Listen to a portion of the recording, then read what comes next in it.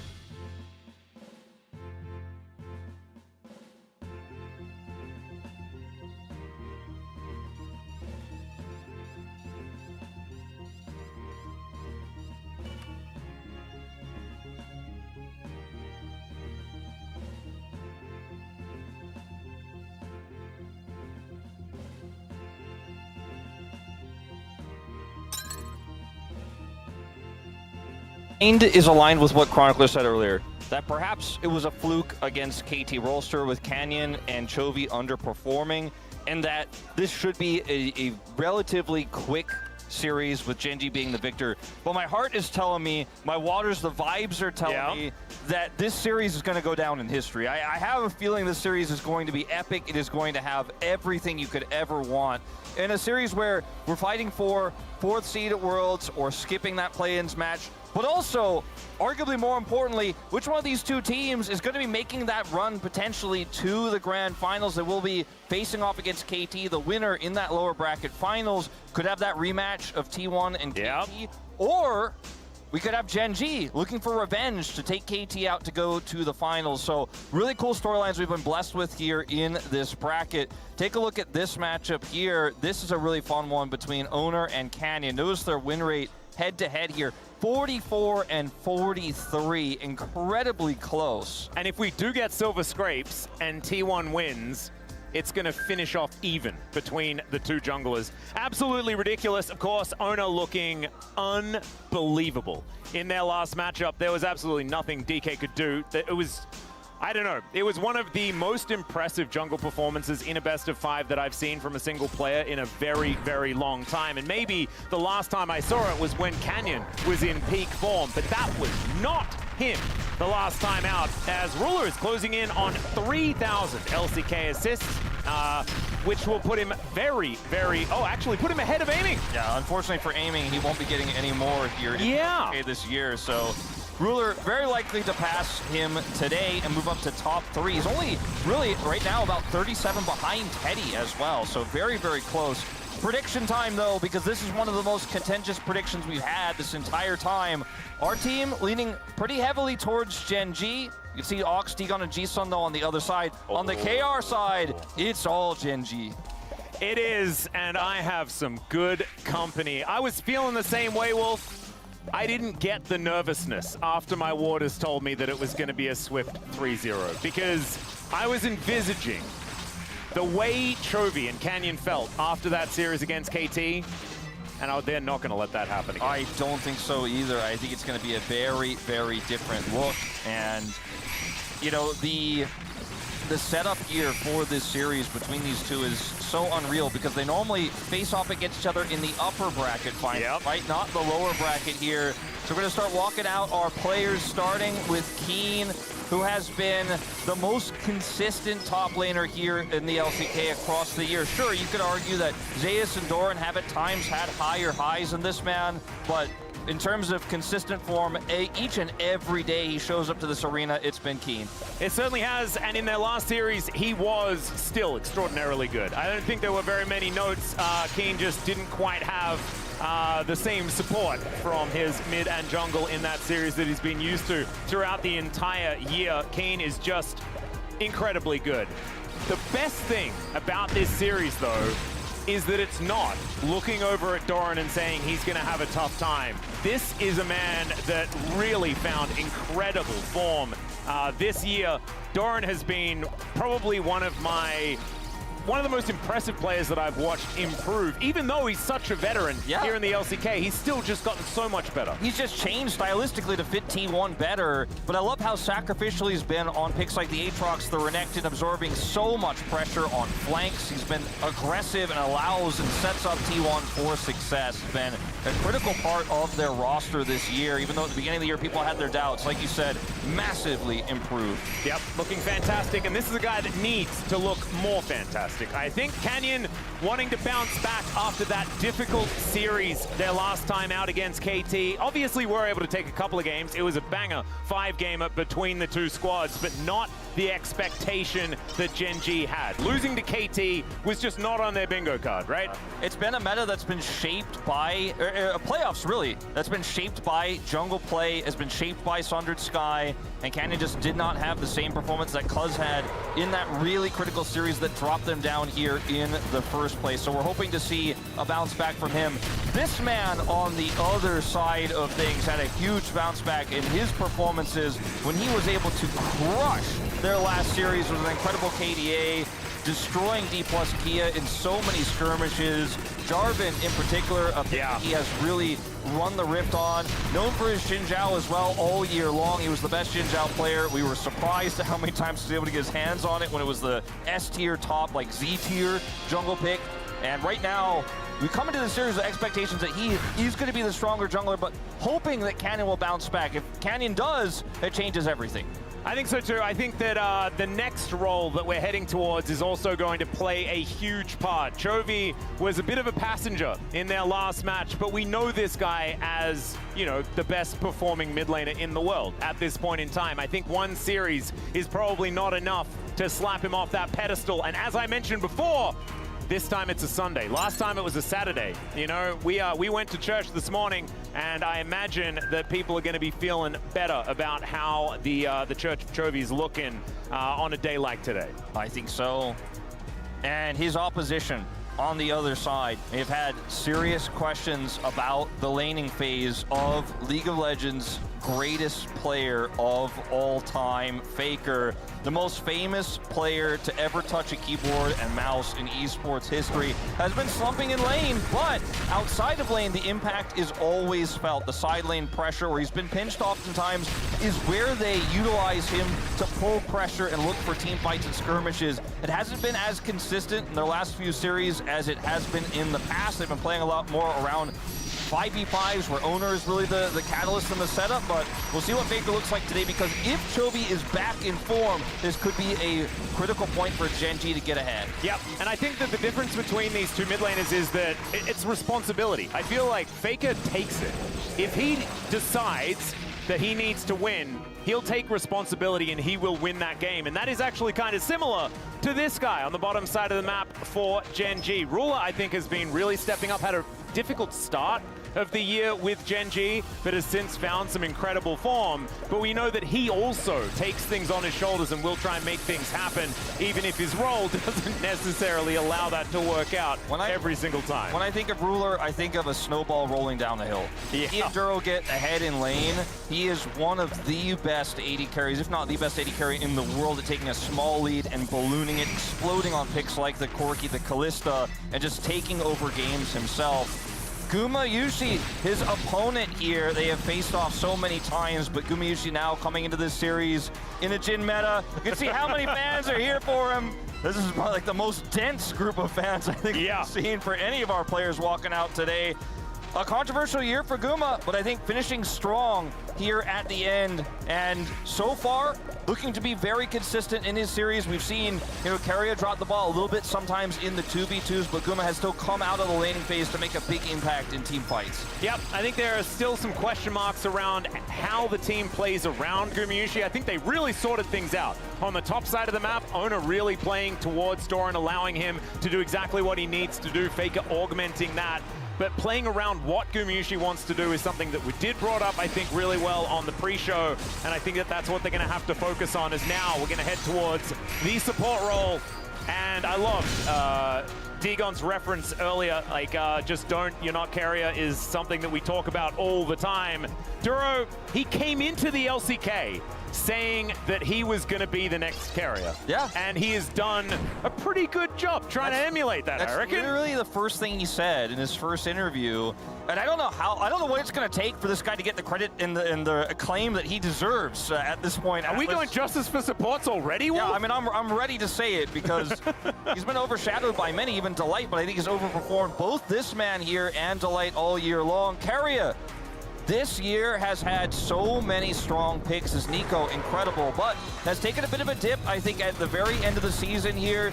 The Bard predictability felt like, at first you're like, okay, this Bard is insane. His Bard is the best in the LCK, but now it just keeps getting banned, or it looks really predictable here. So I think we're gonna have to see Keria show a little bit more depth. I think we're seeing a return to that in their last series against T+, but I want to see it go a little bit higher if T1's going to get the upset tonight. Yep, and we'll see whether the draft is going to look a bit better as well. Things like picking that Xayah Renata bot lane face up into the Ziggs draft earlier on. That was a couple of series ago. They've been able to iron out some of these kinks in the draft, and I'm hoping that T1 will look like they are well prepared for this series. I think already making that, making a lot of changes and a lot of differences were seen in their previous series against DK, which did turn out to be a lot easier. Draft decisions there were more glued on the other side of the rift, one could say, but I'm gonna just try my best not to think about Rammus support today. No. Unless Carrier picks it and shows us all what it's capable of,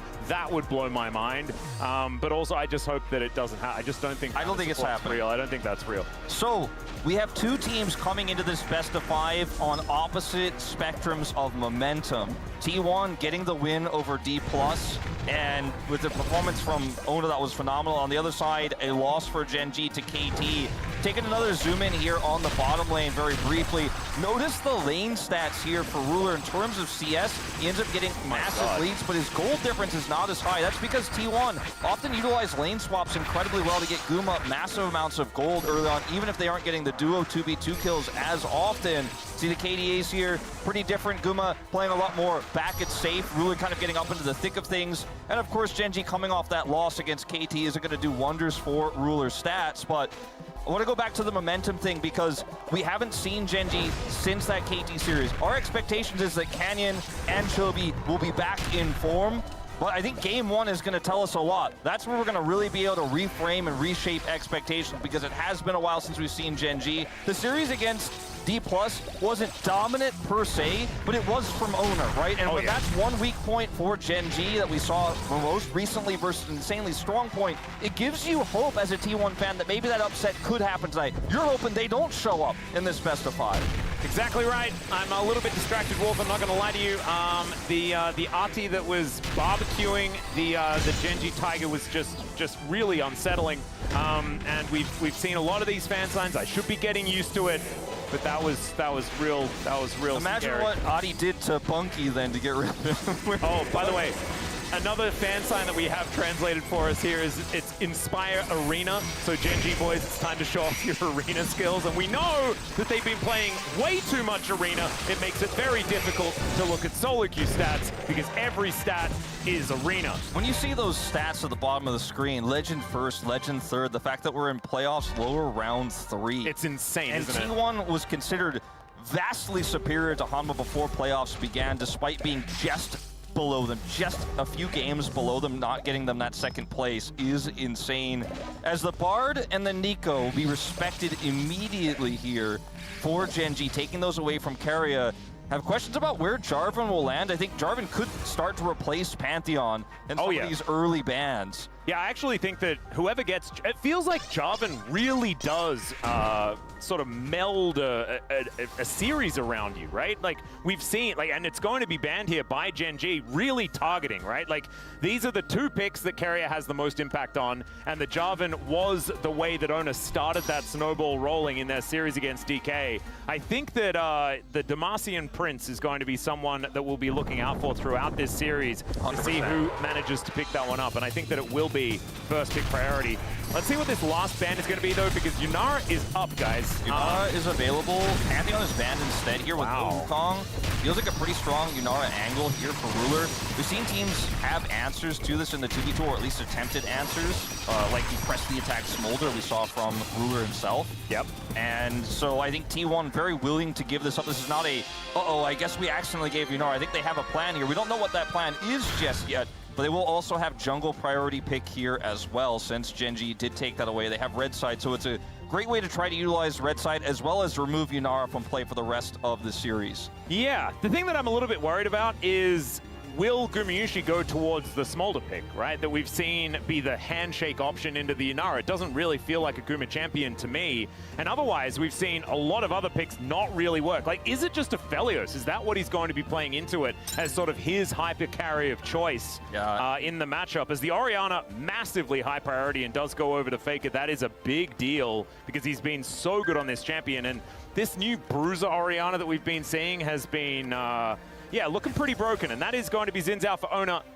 Needs no introduction there, I don't think. Yeah, I mean, I think he was considering the Nocturne potentially to lock down the Yunara in the back line. Great ball carrier, but don't know what the rest of this draft is going to look like just yet. Another option we haven't talked about in the bottom lane, but is now very difficult to lock in, is the Lucian pick, which we have seen attempted to take out the Yunara in the bottom 2v2, but now on red side, you can only get one part of that, and the other parts will be taken away. And see the Vi Galio to come through here for Genji now. So a lot of frontline and engage to set up this Yunara to clean up team fights. Yeah, and I actually kind of like the idea of playing around Ruler here in game number 1, because I think Ruler and Keen were the two that were playing. I think Duro as well. It was mainly Canyon and Chovy that were struggling. Ooh, so put them on utility and then allow Ruler to carry and get that momentum rolling, maybe get some mojo back into the jungle and mid lane. But there is that Corki like you were talking about. To me, Corki has been Ruler's best champion this year, and you take it away for the series now. So now you don't have to worry about Ruler's Corki. For the rest of the series, you won't have to worry about his Yunara. You will have to worry about it here in game 1, but feels kind of similar veins to what Chronicle was talking about with that Ziggs pick that they showed us earlier on in playoffs, where they just take it away. Rakan going to be removed here now for that lane sustain, and also the amazing follow-up he has with the Vi and the Galio. The Alistar, one of the stronger pairings for the Corki in this lane, 2v2. See what ends up coming through here finally for Keria, because I feel like even Rel could work in this draft here for T1. Yeah, there are so many support bans so far. Like, we already have 4 taken away. So that pool is getting a little bit thin. There is still things like the Leona, the Nautilus, stuff like this that they can look towards, but maybe one more ban is going to come through. I don't know about the Rel situation, but instead it's going to be the Renekton taken away from Doran. Right, I think Keen wants to play Ambessa. Do you want to save counterpick for Doran or for Keria? I think probably for Doran in this case, as if you could just lock in Nautilus or Leona, you're fairly safe here. It's tough to dive because of the stuns and the roots that those champions can pick up to defend said dives. He's just going to take the Ambessa away. I like it a lot, and I actually think Keria having counterpick is really important, because if Duro just locks in a melee engage support, you can Lux it. You can throw a Karma in that lane. You can really punish the lane, the 2v2, in a way that can help put that Yunara behind, which is looking like the sole carry at this point in time in Genji's comp. 2 ways to play this as Genji. One, you just slam a tank down, you front to back with your already insane front line, or you go for like Aatrox Heal. You go for the aggressive pick, you go for the lockdown backline access, and when you have Galio already with Vi, it just becomes so simple. And even if you don't kill the Corki, it doesn't matter. You just kill anyone, and then you have such a front line that the rest of T1 won't be able to compete. And with Orianna in particular, she's more burst oriented. Her ultimate is really the main part of the fight. If you can kill the Corki, the Orianna will never be able to compete with the damage that this Yunara is putting out later on in the game. And Genji are basically setting this up to be hyper carry Ruler with so much frontline. You'll never be able to touch that Yunara. Absolutely not, and that is a Braum that will be locked in alongside this Yunara this time around. Duro not going to be going the full engage route. You know, engage Braum is something we've laughed about a fair bit, but the Poppy left up and available is something that's been banned quite a bit during these playoffs. Will get through here, will be the final lock-in for Keria. Not exactly the most lane power that you can get, but still going to be very, very powerful in breaking up these team fights and denying the sort of we're just going to collapse on top of you and hope that you all die style of composition that Genji does have. T1 kind of misread what Genji were looking for here. They banned the Aurora. Don't want to lose the top lane. Don't want to take away Doran's ability to get prio there. But instead, Genji are like, we're playing for composition here. We're going to get this Camille. We have Camille, Galio, Vi, and Yunara. Team fights are so free for us. And now T1 end up with a Poppy, which feels almost like desperation as a get-out-of-jail-free card for setting up on objectives. For example, if you can knock some of those champions away, you might be able to get that fair fight. For team fights, when we get to 3rd Drake, 4th Drake, when we get to Baron, it's all about can T1 win the fight practically instantly, or do they lose it? There is no in between. There is no late game where we're going to see Gumayusi barely clean up the fight. That is so rarely going to happen when these two compositions collide. Yeah, you're exactly right. And it's going to be a difficult Poppy game as well, right? Because there's quite a few champions that just don't really care, right? Galio, happy to get knocked away. He can just fly back in almost immediately. Vi presses ult. You can't move her around anymore. And the Camille has the ability to go untargetable as well if you can time it correctly. So going to be a tough game to really get the most Keeper's Verdict value. Let's get onto the Rift here for game number 1 of this do or die best of 5.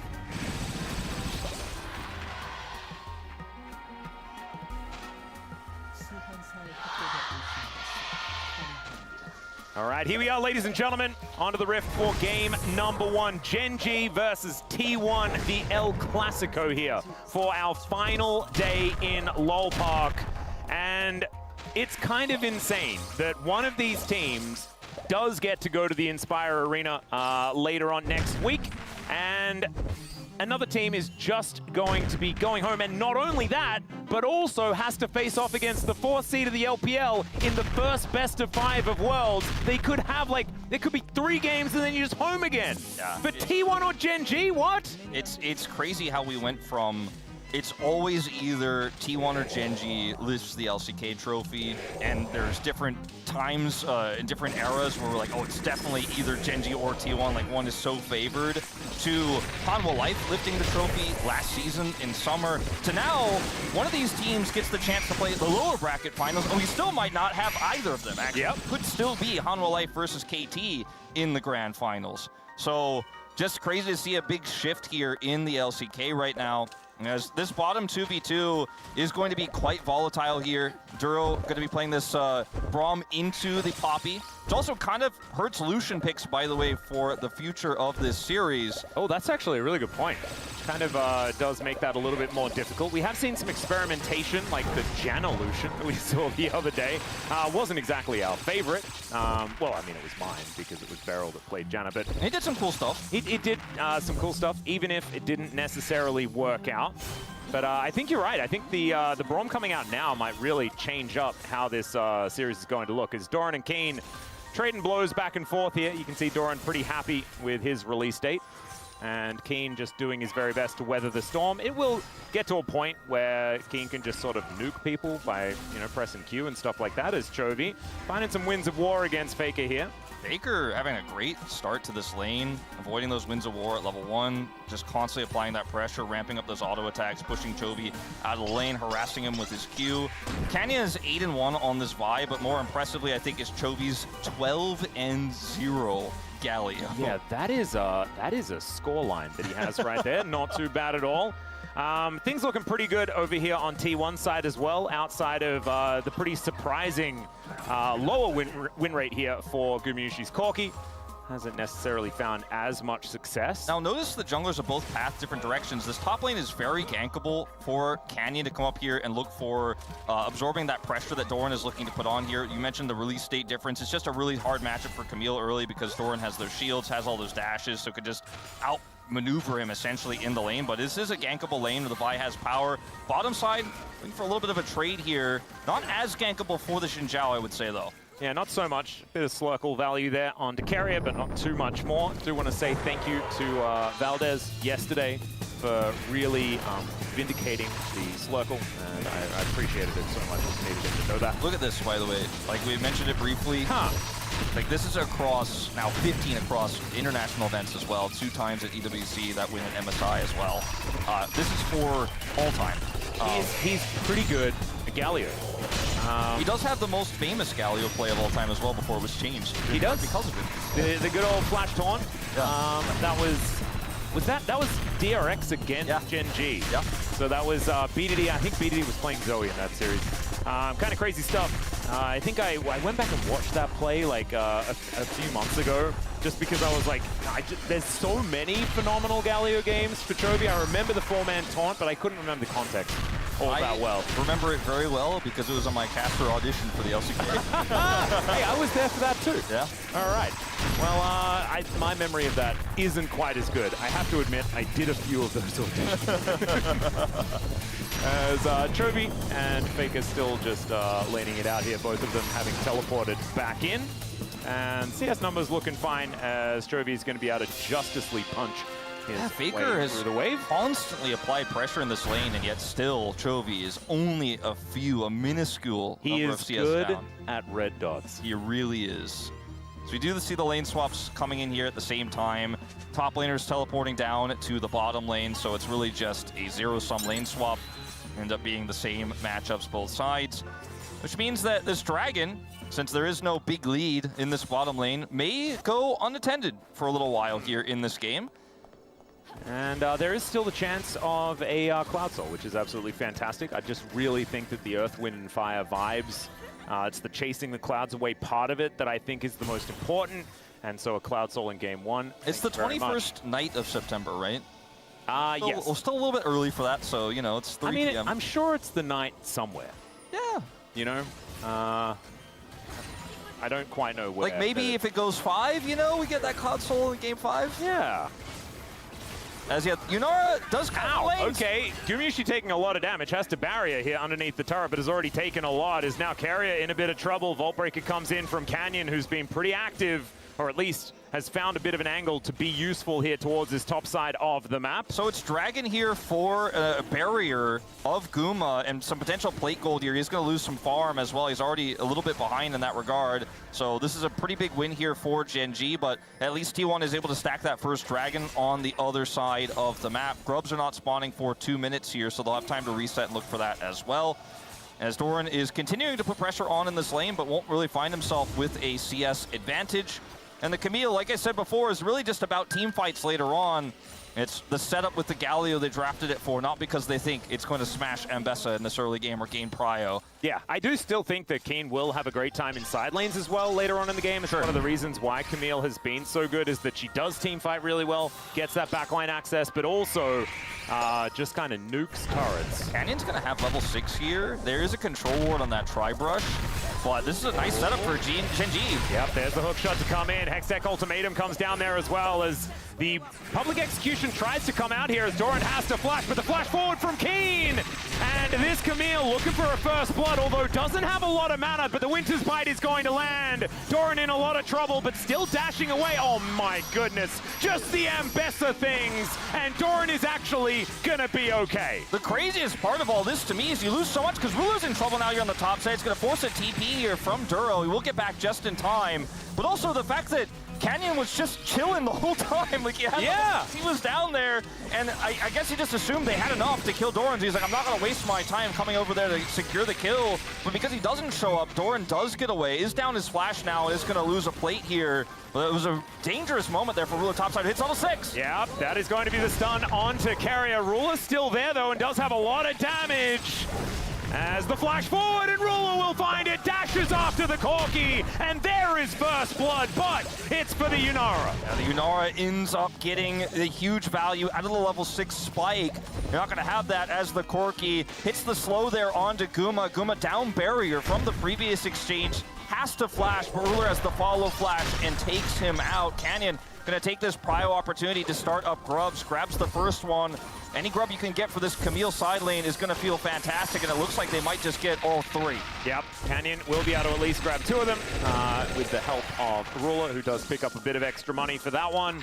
So far here for Gen G, things going exactly the way that they want them to. Money is where it's supposed to be. Chovy's health bar not looking fantastic here, but he is just going to Justice Punch his way through the minions, get himself back to base, and being a wave behind is absolutely fine here for the Galio. Still hoping that he finds some more impact later into the game. Look at this calculation here from Ruler, knowing he's going to hit 6 off this minion. Goes for the dash forward first. That cooldown is bleeding, right? And he goes for this arc here, grabs the slow, forces the flash, gets his dash back at the last possible second dash. First, he gets it right at the end, and that's what is able to close the gap there on that Quirky to secure the kill. I do love as well that as the Keeper's Verdict comes out and Ruler is just knocked away, Yeah, well, the Braum is just, okay, we've got a little bit more of an engage here towards the bottom side. As now Ruler may immediately get punished, does have the barrier, some side steps come through, public execution, and he puts Ruler down. Duro not able to find the Winter's Bite this time. The immediate answer comes on through, and this time around, Ruler not quite as okay as he was indicating in that replay. That's going to be a big swing of gold back here to T1, putting them in the lead here as Doran picks up his first kill of the game. Now, he does have teleport as well, and will be able to come answer this top wave. If he didn't, this would have been a costly endeavor. It's still going to be Keen getting a little bit of damage done to this turret because he has 3 grubs. Not enough to actually grab the plate on this wave, but that was a great moment there, very calculated by Doran. Knows he could TP to patch that whole top side as Guma is heading back down to the bottom lane to take the Yunara out. You can see on the mini-map here as well, they're already prepping that swap back. So Doran wants to find an all-in here with Keria before he goes to the top lane with his teleport. And Ruler plays this well, actually, with his ultimate, but Doran is just so quick to snap him up with his R button right as he dashes away. Yeah, just waiting for the dash, knew exactly what was going to happen, and of course, as soon as that one's down, public execution is too easy. Yeah, Ruler flashless, of course, after the previous exchange topside. He knows there's no way to dodge it. Very nicely done. Bit of a Venn diagram here displayed between Keria and Chovy, but not too much more than that. As Gumiushi doesn't quite find that rocket. Slurkle connects, though, here from Ruler, who is still frightening, although he did just miss a cannon. That doesn't feel great. Ona making his way in, though. There, the flash out of the shockwave. Very nicely done there from Chovy, but still a big cooldown invested. T1 successful gank in the mid lane. That was very impressively played by Chovy. Still has to flash, but does not lose his life. And down here on the bottom side, we continue to zoom in on it because there's always, with Yunara, there's always an all-in angle. Yep. And our observers are very aware of it. Also, Vi on the bottom side, Canyon surfing around here as they clear this vision away. He is still unseen. Doesn't like they're going to be able to punish this flashless Corki. Instead, will turn their eyes towards the dragon first. Yeah, looking like second dragon gonna get picked up here by Gen G, unless there's something that T1 can do about it. Chovy looking a little worse for wear, which might make this a little bit more dangerous, but with Ona not in the area, just finishes the Sundered Sky, but Canyon already had that one in his back pocket, so feeling pretty good, and utilizing that Sundered Sky window to grab the Drake. So that is going to be 2 objectives taken here by Gen G, just 1 more to lock down that portion of the feats of strength, and there it is, guys. It's wow. It's Earth, Wind, and Fire value here. We're chasing the clouds away. It's a Cloud Salt here in game number 1. Sometimes, you know, your faith does get rewarded, and it just feels fantastic. Atlas is from the future. Or he just wills Cloud Souls, or both. I don't know. Yeah, I'm just a fan. Anyway, Keen and Doran doing battle here towards his top side. Duro picks his moment to come in, but it looks like Doran will be absolutely fine, and will just be able to shove this wave in as much as he would like. The fact that he did get that extra kill, though, a big deal, because it's going to take a long time for Keen to get to that point where he can stand toe-to-toe with the Ambessa if Doran continues to have a performance like this on the best champion that he's had this year, I think. Yeah, it feels like the jungler of Gen G in this game is Duro, because he's constantly going around the map as support, roaming and trying to find value for Ruler or for Keen in this game, whereas Canyon has just been hard farming and hasn't been involved really in all too much this game. And it's really interesting to see how that roaming support can get high value, especially when you have the Camille set up for the Braum. Really powerful there, but Doran reads it well. He's got a bunch of dashes. Duro's not going to flash for that one. And we reset back to a quieter game state here once again, as now do see the 80 carries start to head towards this mid lane. Yeah. And the side lanes begin a very, very close start to this series. We've had a lot of blowout games this playoffs, but this looks like it's not going to be one of them. Yeah, not a lot of funny business happening in this one, as Chovy does avoid the dissonance quite nicely there. Now phase rushing after Faker, finds the Colossal Smash and looking pretty good on this Galio thus far. Still has a fair bit of health bar to get through, but does have that first item completion, a whole bunch of extra tankiness here for Chovy. Yeah, he's still down his flash, but you know, not going to be too impactful in this side lane unless a gank does happen.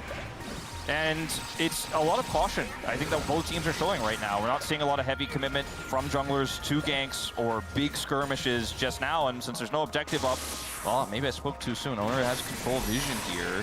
Yeah, looking for a little bit of a window, perhaps, as Gumiushi on the Cloud Rift super runny fast patch. I think that's what it's called. Yeah, something like that. It's not a circle. It's a fast call. It's a very big circle. It's a ground cloud. Yeah. There it is. But it's also a speed up. Yeah, I don't know how to like, because like you've been up a mountain, right? And you're in the clouds. I don't go faster. I just feel a bit wet. Yeah. You know, that's sort of what happens. So I'm a bit confused as to why it happens the way that it happens, but I prefer not to question it. The champions just turn into like their planes zooming. Yeah, maybe that's what it is. Yeah. That's pretty cool. I like, even if that's not true, that's the way I'm going to think about it from now on, is Doran finding a little bit of harass here against Keen, but it looks like things are going to go okay now that Trinity Force has been put together. Ruler fighting against two. He's feeling a bit strong, I could imagine. Every time he presses Q, you need to get away from him. Yes. And you can see he has a somewhat hefty gold lead over his opposition here, but it's the top lane where T1 shore up that advantage. They have a technical gold lead themselves, like overall here with the lead that Faker has over Chovy. But I think all these things don't really matter that much. We're sitting at a 1-to-1 Drake game here, no double dragon, very, very even stakes. It's gonna be that first team fight, that first skirmish that we're gonna see around this Herald right now that is gonna blow this game wide open. Yeah, I think this moment is going to be incredibly pivotal, or a team just handshakes, and then we just don't know yet. But I think the first team fight, whenever it happens, is going to really tell us a lot here as Canyon looking to clear out some vision. Uma wanted to back, I think, but there's just no time. He's down items here on components here into Ruler. And remember, for T1, you want to win the fight instantly here. Blow up a single member, then you can clean up. But if Ruler's the last man standing, you've completely lost it. Ooh, bit of Slurkle value here as Kane finding a good trade against Doran. The health bars of these top laners actually does play a factor as they both have teleport. Gonna try and make their way up. And Chovy and Faker will be still ping-ponging some waves here. The Rift Herald now down to about 4,000 as Gumayusi Carrier in the area. A bit of a rotation down. The Keeper's Verdict comes through, but it's immediately buffered by the ulti from Canyon. And the heroic entrance comes down there as well. Justice Punch, fantastic. But the Unara is dead. They've taken down the Poppy, but that is not enough value. And Keen will be wiped out as well. Doran continues the fight. This guy's Ambessa is absolutely absurd as he picks up the triple. Can it be the Quadra? He's tanking up the turret, and he will allow Ona to pick up the kill, although Chovy may not. So he's just going to get himself out of there, but he is the last man standing. He's the only one alive on the side of Genji, and like I said, this fight's going to blow the game open. T1 with flying colors take the fight here as Genji are set up to secure Herald. T1 are set up to fight. And look at the buffer there, it's fantastic. The ultimate does come out here, but when you look at what happens next, the Unara is actually caught. Doran gets into the backline, value. And the shockwave is massive. And once that the Unara is down, you just don't have damage, whereas T1 have a Corki, and the real damage dealer of this skirmish is the Ambessa. Doran just runs them down. Chovy with an impressive escape here, does have phase rush and will get the hell out of there, but he is the only one surviving that fight. T1, massive win. Yeah, Doran is now a huge problem for Genji. 4-0-1, 1.7k gold lead just for himself. And the first Cloud Drake will go over to T1 here.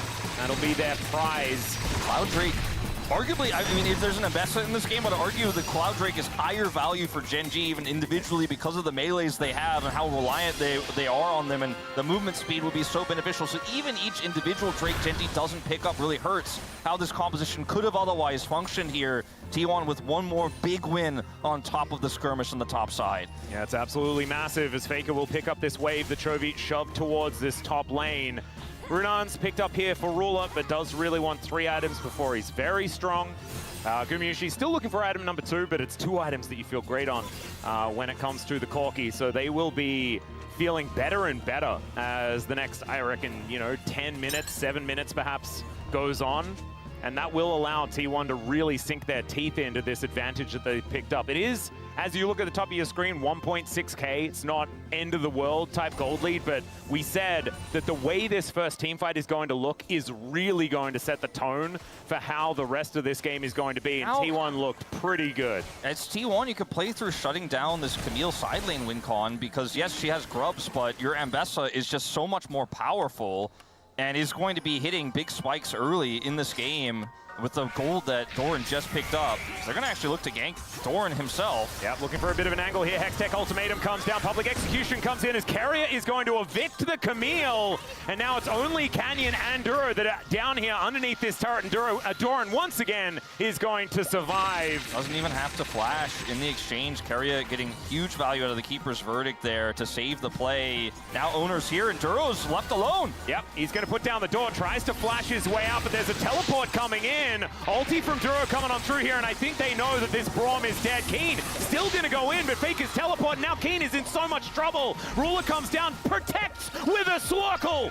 And that is going to be it. Oh, never mind the edge of the Shockwave, and it's a double kill for Faker on this Orianna. Saves the ultimate for so long, knows he doesn't need it for the initial kill, and then finally is able to lock down Keen on the edge with the Shockwave, takes him out there, and T1 now poised to take this mid turret, are running away with game one of the series.